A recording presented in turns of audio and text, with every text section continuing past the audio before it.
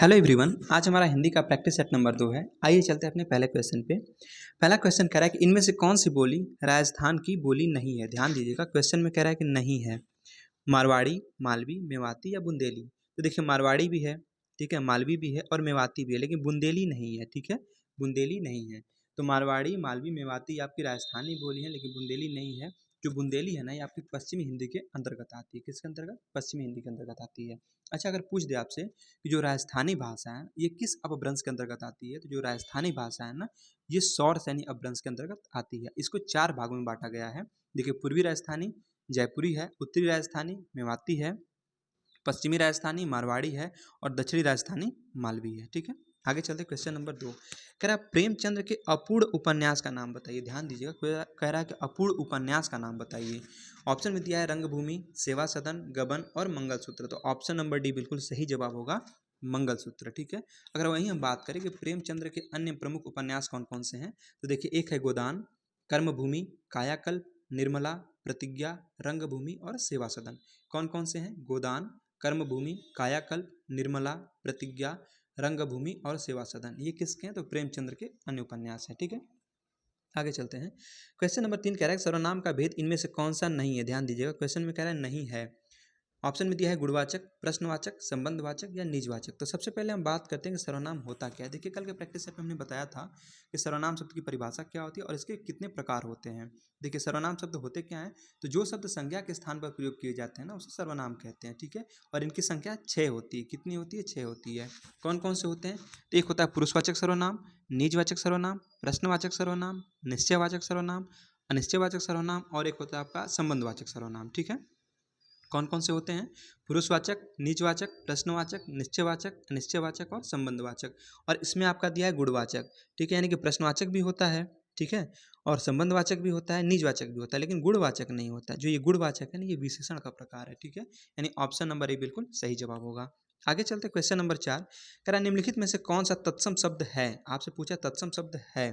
ठीक है, तो देखिए, ऑप्शन में दिया है स्थाई, केवड़ा, केतकी या करेला। तो ऑप्शन नंबर सी बिल्कुल सही जवाब होगा, केतकी। ठीक है, केतकी क्या है? तत्सम शब्द है। बाकी जो केवड़ा है और करेला ये सब आपके तद्भव शब्द हैं। अगर हम बात करें कि केवड़ा का तत्सम क्या होता है, तो केवड़ा का तत्सम आपका होता है यहाँ पे केविका। क्या होता है? केविका। तो केवड़ा क्या है? तद्भव, इसका तत्सम केविका होता है। करेला क्या है? तद्भव शब्द है और इसका तत्सम कार्वेल होता है। क्या होता है? कार्वेल। ठीक है, आगे चलते हैं नेक्स्ट क्वेश्चन।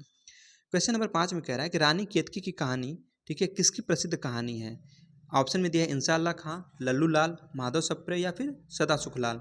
तो यह है इंसाअल्लाह खां की, यानी ऑप्शन नंबर ए बिल्कुल सही जवाब हो जाएगा। ठीक है, अगर हम बात करें कि इंसाअल्लाह खां की प्रमुख रचनाएं कौन कौन सी हैं, तो देखिए, एक है उर्दू गज़लों का दीवाना। क्या है? उर्दू गज़लों का दीवाना, दीवान रेख्ती और दीवाने फारसी। ये किसकी हैं? ये इंसाअल्लाह खां की प्रमुख रचनाएं हैं। ठीक है, अब आते हैं क्वेश्चन नंबर 6 पे। कह रहा है मिश्रित तथा संयुक्त वाक्यों में विरोध का भाव प्रकट करने के लिए किस विराम चिन्ह का प्रयोग किया जाता है। ऑप्शन में दिया है योजक चिन्ह, कोष्टक, उपविराम या अर्धविराम। तो ऑप्शन नंबर डी बिल्कुल सही जवाब है, अर्धविराम चिन्ह का प्रयोग करते हैं। मतलब मिश्रित और संयुक्त वाक्यों में जो विरोध का भाव प्रकट करने के लिए हम वहाँ पे अर्धविराम चिन्ह का प्रयोग करते हैं। आइए अर्धविराम चिन्ह के बारे में थोड़ी बात करते हैं।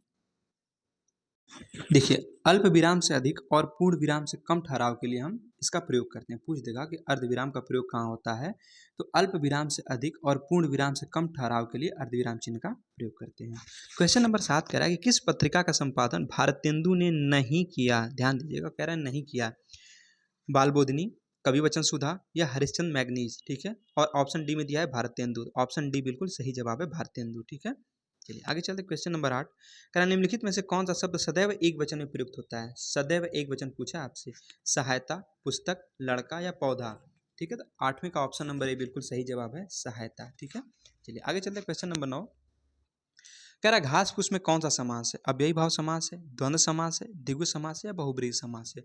तो घास फूस में द्वंद्व समास होता है, यानी घास और फूस। ठीक है, घास और फूस इसका समास विग्रह होता है। तो ऑप्शन नंबर बी बिल्कुल सही जवाब है। ठीक है, देखिए, अगर हम बात करें इसकी, तो जिस समासिक शब्द में दोनों पद प्रधान होते हैं ना, उसे हम द्वंद्व समास कहते हैं। ठीक है, और इनका जब विग्रह करते हैं तो वहाँ पे हम योजक चिन्ह का प्रयोग करते हैं। ठीक है, चलिए आगे चलते क्वेश्चन नंबर 10। क्वेश्चन नंबर 10 में कह रहा है शिक्षक शब्द जो है संज्ञा का कौन सा प्रकार है। ठीक है, शिक्षक संज्ञा का कौन सा प्रकार है? क्या समूहवाचक है, जातिवाचक है, व्यक्तिवाचक है या फिर भाववाचक है? तो इसमें ऑप्शन नंबर बी बिल्कुल सही जवाब होगा, यानी कि जातिवाचक है। शिक्षक जो है ये जातिवाचक संज्ञा के अंतर्गत आता है। ठीक है, चलिए और हम बात करें जैसे डॉक्टर हुआ, शिक्षक हुआ, मंत्री हुआ, लड़का हुआ, ये सब जो है हमारे ये जातिवाचक संज्ञा के अंतर्गत आते हैं। लेकिन अगर बात करें जैसे कहते हैं नदी, तो नदी क्या है? नदी आपकी एक जातिवाचक संज्ञा है। लेकिन अगर नदी का नाम दे दे, जैसे कहते हैं गंगा नदी, यमुना नदी, ब्रह्मपुत्र नदी, तो ये सब क्या है? ये हमारे जो है व्यक्तिवाचक संज्ञा के अंतर्गत आ जाएंगे। ठीक है, तो इसकी अगर परिभाषा की बात करें तो देखिए कि इसकी परिभाषा बनेगी कि जिन शब्दों से एक ही प्रकार के गुणधर्म रखने वाली वस्तुओं अथवा व्यक्तियों का बोध होता है उसे जातिवाचक संज्ञा कहते हैं। ठीक है, आगे चलते हैं क्वेश्चन नंबर 11। कह रहा राम किताब पढ़ता है, इस वाक्य में वाच्य का कौन सा प्रकार है? आपसे वाच्य पूछा है कि राम किताब पढ़ता है, तो इसमें कौन सा वाच्य है? तो इसमें आपका कर्तृवाच्य होगा। कौन सा? कर्तृवाच्य, ऑप्शन नंबर सी बिल्कुल सही जवाब होगा। ठीक है, क्वेश्चन नंबर 12 कह रहा है कि गुलेरी जी द्वारा संपादित पत्र कौन सा था? ऑप्शन में दिया है भारत मित्र, नागरी नीरद, माधुरी या समालोचक। ठीक है, तो ऑप्शन नंबर डी बिल्कुल सही जवाब होगा, समालोचक। ठीक है, अच्छा अगर हम बात करें भारत मित्र की, तो जो भारत मित्र है ना, ये हिंदी का एक समाचार पत्र था जो कि कलकत्ता से प्रकाशित हुआ था। कहाँ से? कलकत्ता से। ठीक है, आगे अगर हम बात करें नागरी नीरद की, तो जो नागरी नीरद है ना, ये हिंदी का एक साप्ताहिक पत्र है। कैसा है? साप्ताहिक पत्र है। और ये प्रकाशित कहाँ से हुआ था? तो ये आपका मिर्जापुर से प्रकाशित हुआ था। अगर वहीं हम बात करें माधुरी की, तो माधुरी पत्रिका का जो प्रकाशन है ना, ये लखनऊ से हुआ था। ठीक है, पूछ देता है कभी कभी प्रकाशन के बारे में। तो भारत मित्र का प्रकाशन कहाँ से हुआ था? कलकत्ता से हुआ था। नागरी नीरद का प्रकाशन मिर्जापुर से हुआ था और माधुरी का प्रकाशन जो है ये लखनऊ से हुआ था। ठीक है, चलिए आगे चलते हैं क्वेश्चन नंबर 13। कह निम्नलिखित में से कौन सा शब्द खर का पर्यायवाची है? किसका पर्यायवाची है? खर का। ऑप्शन में दिया है गधा, रावण, मूर्ख या कुंठित। ऑप्शन नंबर ए बिल्कुल सही जवाब होगा, गधा। तो जो खर है ना, ये गधा का पर्यायवाची है। अगर हम बात करें कि गधा के और कौन कौन से पर्यायवाची होते हैं, तो देखिए एक होता है दूसर, रासव, गर्दभ, चक्रीवान और वैशाख नंदन। मोस्ट इंपॉर्टेंट वैशाख नंदन। ठीक है, कौन कौन सा होता है? दूसर, रासव, गर्दभ, चक्रीवान और वैशाख नंदन। ये सब किसके हैं? गधे के पर्यायवाची हैं। आगे चलते हैं क्वेश्चन नंबर 14। कह रहा निम्नलिखित में से कौन सा शब्द अथ का विलोम है? अथ का विलोम पूछे तो अथ का विलोम इति होता है, यानी ऑप्शन नंबर डी बिल्कुल सही जवाब है। ठीक है, अच्छा अगर और हम बात करें, जैसे आपका दिया है अर्थ, तो अर्थ का अगर विलोम पूछे तो अर्थ का होता है अनर्थ। क्या होता है? अनर्थ होता है। ठीक है, अच्छा अगर वहीं पे अगर बात करें हम अंत की, तो अंत का क्या होता है? आदि होता है। विलोम क्या होता है? आदि। और अध का विलोम क्या होता है? ऊपरी होता है। और अथ का तो इति होता ही है। आगे चलते क्वेश्चन नंबर 15। कह रहा है वात्सल्य रस का सम्राट किस कवि को कहा जाता है? ठीक है, क्या सूरदास को कहते हैं, तुलसीदास को, बिहारी को या नंददास को? तो हम सूरदास को कहते हैं। ठीक है, तो सूरदास को क्या कहते हैं कि ये वात्सल्य रस का इनको सम्राट कहा जाता है, यानी ऑप्शन नंबर ए बिल्कुल सही जवाब होगा। ठीक है, चलिए आगे बात करते हैं क्वेश्चन नंबर 16। कह रहा है निम्नलिखित में से किस वाक्य में कर्मवाच्य नहीं है? ध्यान दीजिएगा, कह रहा है नहीं है। ऑप्शन में दिया है उसने खाना नहीं खाया, उससे खाना नहीं खाया गया। बी में कह रहा है छात्र द्वारा पुस्तक पढ़ी गई। सी में कह रहा है दोषी व्यक्ति द्वारा क्षमा याचना की गई। और डी में कह रहा है बालक खिलखिलाकर हंस रहा था। तो ऑप्शन नंबर डी बिल्कुल सही जवाब होगा, यानी बालक खिलखिलाकर हंस रहा था, इसी में आपका जो है कर्मवाची का प्रयोग नहीं किया गया है। ठीक है, चलिए आगे चलते हैं क्वेश्चन नंबर 17। ठीक है, इसमें कह रहा है आपका कि दोपहर के बाद का समय, मतलब दोपहर के बाद के समय को क्या कहते हैं? क्या पूर्वाह्न कहते हैं, मध्याह्न कहते हैं, अपराह्न कहते हैं या विहान कहते हैं?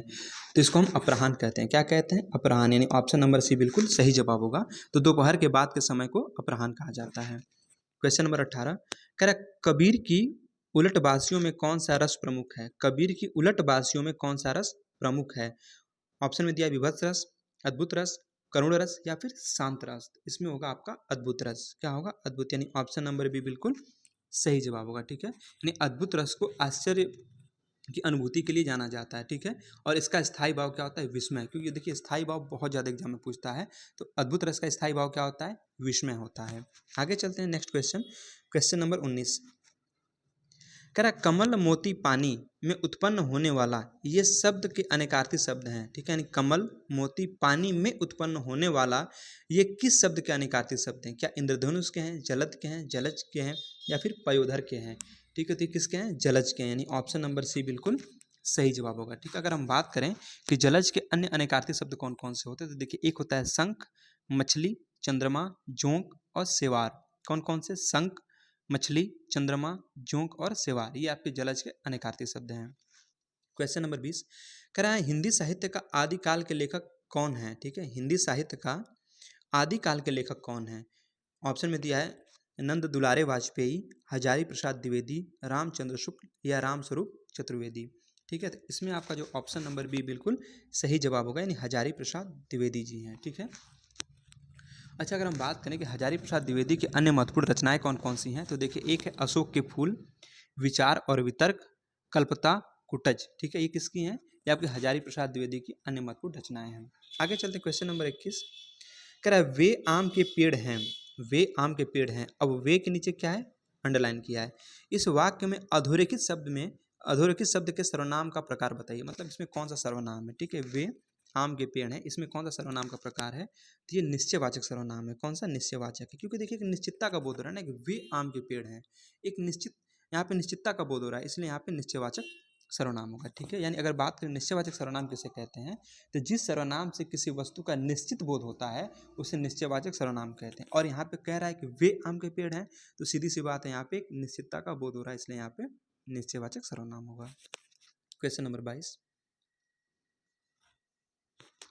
कह रहा है जाके प्रियन राग वैदे ही ताजिए ताही कोटि बरय सम यद्यपि परम स्नेही। यह किसकी प्रसिद्ध उक्ति है, क्या तुलसीदास की है, नामदेव की है, कबीर की या फिर सूरदास की है। ठीक है, तो ये आपकी है तुलसीदास की, किसकी है, तुलसीदास की, यानी ऑप्शन नंबर ए बिल्कुल सही जवाब होगा। ठीक है, अगर हम बात करें तुलसीदास की, जो तुलसीदास है ना ये राम भक्ति शाखा के प्रमुख कवि थे। पूछ देगा कि तुलसीदास किस भक्ति शाखा से थे, तो ये राम भक्ति शाखा के प्रमुख कवि थे। देखिए अगर बात करें हम, देखिए रामचरितमानस, कृष्ण गीतावली, कवितावली, विनय पत्रिका, बरवे रामायण आदि इनकी प्रमुख रचनाएं हैं। तो तुलसीदास की प्रमुख रचनाएं कौन कौन सी हैं, रामचरितमानस, कृष्ण गीतावली, कवितावली, विनय पत्रिका, बरवै, ठीक है, अरे बरवे रामायण, इनकी क्या प्रमुख रचनाएं हैं। क्वेश्चन नंबर 23 कह रहा तरल का विलोम शब्द है। ठीक है, तरल का विलोम पूछा है, तो तरल का होता है ठोस, यानी कि ऑप्शन नंबर आपका कौन सा होगा, बी बिल्कुल सही जवाब है। ठीक है, तरल का विलोम शब्द कौन सा है, ठोस होता है। अच्छा अगर वहीं हम बात करें सरल, ठीक है, सरल का होता है आपका जटिल या कठिन, क्या होता है, जटिल। अच्छा अगर बात करें तीक्ष्ण की, तो तीक्ष्ण का होता है कुंठित, क्या होता है, विलोम कुंठित होता है। क्वेश्चन नंबर 24 कह रहा हिंदुस्तानी भाषा का रूप क्या है, हिंदुस्तानी भाषा का रूप क्या है, दक्षिणी हिंदी, संस्कृत निष्ठ, व्रज अवधि का मिश्रित रूप या हिंदी उर्दू मिश्रित, क्या है इसमें, तो इसका क्वेश्चन नंबर 24 का ऑप्शन नंबर डी बिल्कुल सही जवाब है, यानी हिंदी उर्दू ये मिश्रित है, यानी हिंदुस्तानी भाषा का रूप क्या है, हिंदी उर्दू मिश्रित है। ठीक है, क्वेश्चन नंबर 25 कह रहा निम्नलिखित में से कौन सा शब्द स्त्रीलिंग है। ठीक, स्त्रीलिंग पूछा है, स्पर्श, लेख, दुख और गरिमा, कौन सा होगा इसमें, तो गरिमा। ठीक है, क्या है, गरिमा। जैसे कैसे अगर हम प्रयोग करें तो क्या नहीं, गरिमा उसकी गरिमा बढ़ी, ठीक है, या उसकी गरिमा बढ़ गई, तो ये स्त्रीलिंग को यहाँ पे संबोधित कर रहा है। ठीक है, स्पर्श की बात करें तो स्पर्श अच्छा है, तो क्या है हमारा, पुल्लिंग है। लेख अच्छा है, पुल्लिंग है। ठीक है, दुख या ऐसे कहें दुख हुआ, ठीक है, तो ये क्या है, पुल्लिंग है। लेकिन गरिमा बढ़ी, तो ये क्या हमारा स्त्रीलिंग शब्द है। ठीक है, यानी तीनों जो है ये आपके पुल्लिंग है और गरिमा क्या हमारा स्त्रीलिंग है।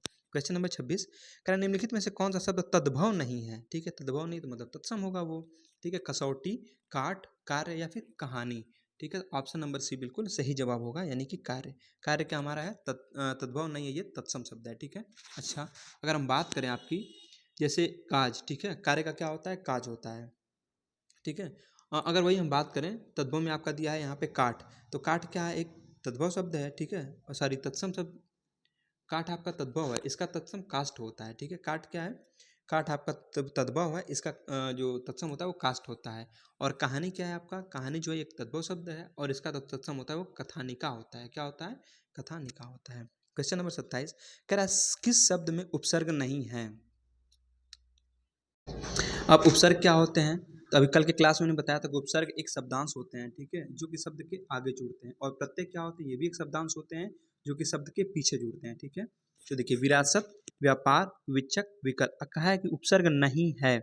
ठीक है, किसमें उपसर्ग नहीं है, तो आपका देखिए ऑप्शन नंबर ए बिल्कुल सही जवाब, विरासत में कोई उपसर्ग नहीं है। ठीक है, ऑप्शन नंबर ए सही जवाब।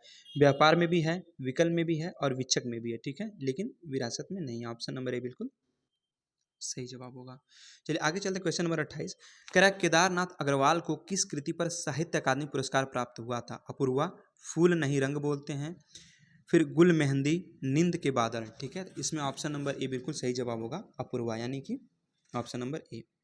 क्वेश्चन नंबर 29, कह रहा निम्न में सर्वनाम शब्द कौन सा है? रोग, नींद, कौन, सफाई। ठीक है, क्वेश्चन नंबर 29 का सही जवाब इसका होगा आपका कौन। ये कल के प्रैक्टिस सेट में भी आया था, कौन। ठीक है, 30 की बात करें, क्वेश्चन नंबर 30 कह रहा पूर्वी हिंदी का विकास इनमें से किस अपभ्रंश से हुआ है? क्या मागधी से हुआ है, ब्राचट से, खाद से, या अर्धमागधी से हुआ है? इसका विकास आपका अर्धमागधी से हुआ है, यानी ऑप्शन नंबर सी बिल्कुल सही जवाब होगा। ठीक है, यानी पूर्वी हिंदी का जो विकास है ये अर्धमागधी अपभ्रंश से हुआ है। अगर हम बात करें अपभ्रंश, तो अपभ्रंश के जो 7 भेद होते हैं कौन कौन से? एक होता है सौरसैनी, एक होता है ब्राचड़, ठीक है, उसके बाद महाराष्ट्री, अर्धमागधी, पैसाची, खस और मागधी। ठीक है, कौन कौन से होते हैं? सौरसैनी, पैसाची, ब्राचड़, खस, महाराष्ट्री, मागधी और अर्धमागधी। ठीक है, आगे चलते क्वेश्चन नंबर 31, कह रहा राम सेब खाता है, इस वाक्य में क्रिया का कौन सा प्रकार है? क्या पूर्वकालिक क्रिया है, सकर्मक क्रिया है, अकर्मक क्रिया है, फिर अनेकार्थक क्रिया है? तो इसमें जो होगा आपका वो है आपका सकर्मक क्रिया। ठीक है, सकर्मक मतलब जो कर्म के साथ होती है क्रिया उसे सकर्मक कहते हैं, और जिसमें कर्म नहीं होता उसमें उसे अकर्मक कहते हैं। जैसे राम सेब खाता है, राम क्या खाता है? तो सेब खाता है, जवाब मिला ना, तो हमारी सकर्मक क्रिया हो गई। ठीक है, चलिए क्वेश्चन नंबर 32, कह रहा सारंग ले सारंग चली कई सारंग की ओट, सारंग झीनो पाई के सारंग कई गई चोट में कौन सा अलंकार है? ठीक है, इसमें कौन सा अलंकार है? तो इसमें आपका यमक अलंकार है। कौन सा? यमक अलंकार है। ठीक है, अगर हम बात करें यमक अलंकार की, तो जहाँ कोई शब्द 2 या 2 से अधिक बार आता है ना, तथा हर बार उसके अर्थ में भिन्नता होती है, तो वहाँ पे आपका कौन सा होता है? यमक अलंकार होता है। क्वेश्चन नंबर 33, कह निम्नलिखित में से कौन सा शब्द उदार का विलोम है? उदार का विलोम पूछा है, तो उदार का आपका होता है नम्र, कोमल, कठोर या पुरुष। तो होता है आपका नम्र, यानी ऑप्शन नंबर ए बिल्कुल सही जवाब होगा। ठीक है, नहीं सॉरी, ये पूछा उदार का ना, तो उदार का होगा आपका कठोर। उदार का क्या होगा? कठोर होगा। ठीक है, उदार का कठोर, क्योंकि नम्र का तो दृष्ट होता है। ठीक है, और कोमल का विलोम परुष होता है, और पुरुष का स्त्री विलोम होता है। क्या होता है? स्त्री होता है। ठीक है, अब यहाँ पे आपके गद्यांश दिए गए हैं। ठीक है, कह रहा भारत जैसे देश के लिए सहकारिता की पद्धति को अपनाना विशेष रूप से आवश्यक है। इसका कारण यह है कि भारत में छोटे किसानों तथा व्यापारियों की संख्या ही अधिक है। सहकारिता के आधार पर संगठन किया जा सकता है। सहकारिता के सिद्धांतों की इन विशेषताओं को दृष्टि में रखकर ही हमारी पंचवर्षीय योजनाओं में सहकारिता को बहुत खाली स्थान। क्वेश्चन नंबर 34, कह रहा योजना आयोग के अनुसार सहकारिता का अधिकाधिक उपयोग किया जाना चाहिए। क्या विज्ञान और प्रौद्योगिकी के क्षेत्र में, अर्थव्यवस्था के क्षेत्र में, ठीक है, या फिर कृषकों की दशा सुधारने में, योजना के विभिन्न क्षेत्रों में? ठीक है, तो यहाँ पे देखिए ऑप्शन यहाँ पे दिया है आपको कि भारत जैसे देश में सहकारिता की पद्धति को अपनाना विशेष रूप से आवश्यक है। इसका कारण यह है कि भारत में छोटे किसानों और व्यापारियों की संख्या ही अधिक है। सहकारिता के आधार पर संगठन किया जा सकता है। सहकारिता के सिद्धांतों की इन विशेषताओं को दृष्टि में रखकर ही पंचवर्षीय योजनाओं में सहकारिता को बहुत फिर खाली स्थान दिया है। ठीक है, तो इसका जो होगा आपका ऑप्शन नंबर बी सही जवाब होगा, क्योंकि अर्थव्यवस्था की बात कर रहा है। ठीक है, तो अर्थव्यवस्था के विभिन्न क्षेत्रों में। ठीक है, चलिए आगे चलते क्वेश्चन नंबर 35, कह रहा है सहकारिता का मुख्य उद्देश्य है। सहकारिता का मुख्य उद्देश्य क्या है? तो इसका जो मुख्य उद्देश्य है ना, तो ये है इसका पंचवर्षीय योजनाओं को सफल बनाना। ये तो नहीं होगा। छोटे कृषकों और व्यापारियों को अधिक स्तर को उठाना, देखिए और पैराग्राफ में भी दिया था। ठीक है, निर्धनों की शक्तियों को एकजुट करना, ये भी नहीं होगा, और धन का समान वितरण, ये भी नहीं है, यानी ऑप्शन नंबर बी बिल्कुल सही जवाब होगा, यानी छोटे कृषकों और व्यापारियों के आर्थिक स्तर को उठाना होता है। ठीक है, क्वेश्चन नंबर 36, कह रहा सहकारिता निर्धन किसानों का उद्धार कर सकती है। कैसे? उन्हें कृषि संबंधी सुविधाएं दिलाकर, उनकी शक्तियों से अवगत होकर, उसकी वास्तविक दशा का परिचय देकर, उन्हें एक सूत्र में पिरोकर तथा उनका आर्थिक स्तर विकसित करके। ठीक है, तो इसका होगा ऑप्शन नंबर डी बिल्कुल सही जवाब है कि उन्हें एक सूत्र में पिरोकर तथा उनका आर्थिक स्तर विकसित कर दें। ठीक है, इससे क्या होगा? जो सहकारिता है निर्धन किसानों का उद्धार कर सकती है। आगे चलते हैं नेक्स्ट क्वेश्चन पे। क्वेश्चन नंबर 38, कह रहा जंगम का विलोम शब्द क्या है? तो जंगम का विलोम क्या होता है? स्थावर, यानी ऑप्शन नंबर सी बिल्कुल सही जवाब होगा। ठीक है, अच्छा अगर हम बात करें जड़, तो जो चेतन है ना, ये किसका विलोम होता है? जड़ का होता है, यानी जड़ का विलोम चेतन होता है। ठीक है, अगर हम बात करें यहाँ पे फिर आपका दिया अगम। ठीक है, अगम का क्या होता है? सुगम होता है। अगम का क्या होता है? सुगम होता है। और सुकर का दुष्कर होता है। ठीक है, सुकर का क्या होता है? दुष्कर होता है। क्वेश्चन नंबर 38, क्या निम्नलिखित में से कौन सा शब्द स्त्रीलिंग है? आय, विवाद, रूप या सार? ठीक है, तो स्त्रीलिंग बताना है, तो ऑप्शन नंबर ए बिल्कुल सही जवाब है। जैसे हम कहते हैं उसकी आय बढ़ी या मेरी आय बढ़ी।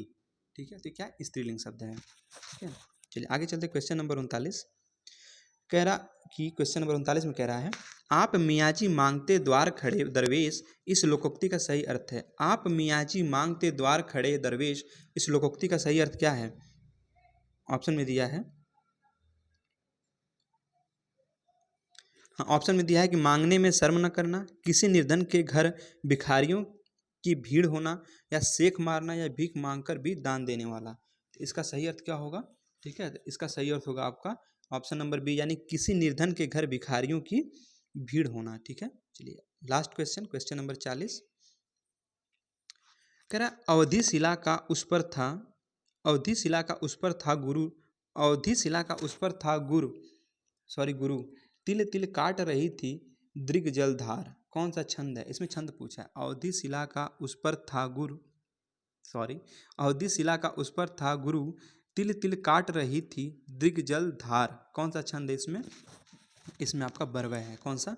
बरवय, यानी ऑप्शन नंबर बी बिल्कुल सही जवाब होगा। ठीक है, अगर हम बात करें बरवय की, देखिए बरवय जो होता है ना, एक अर्धसम्मात्रिक छंद है। क्या है? अर्धसम्मात्रिक छंद है। इस छंद के प्रथम और तीसरे चरण में 12-12 मात्राएं, और दूसरे और चौथे चरण में 7-7 मात्राएं होती हैं। ठीक है, तो एक बार फिर से क्वेश्चन पढ़ देते हैं कि अवधि शिला का उस पर था गुरु, तिल तिल काट रही थी दृग जलधार। इसमें कौन सा है? तो आपका बरवय है। ठीक है,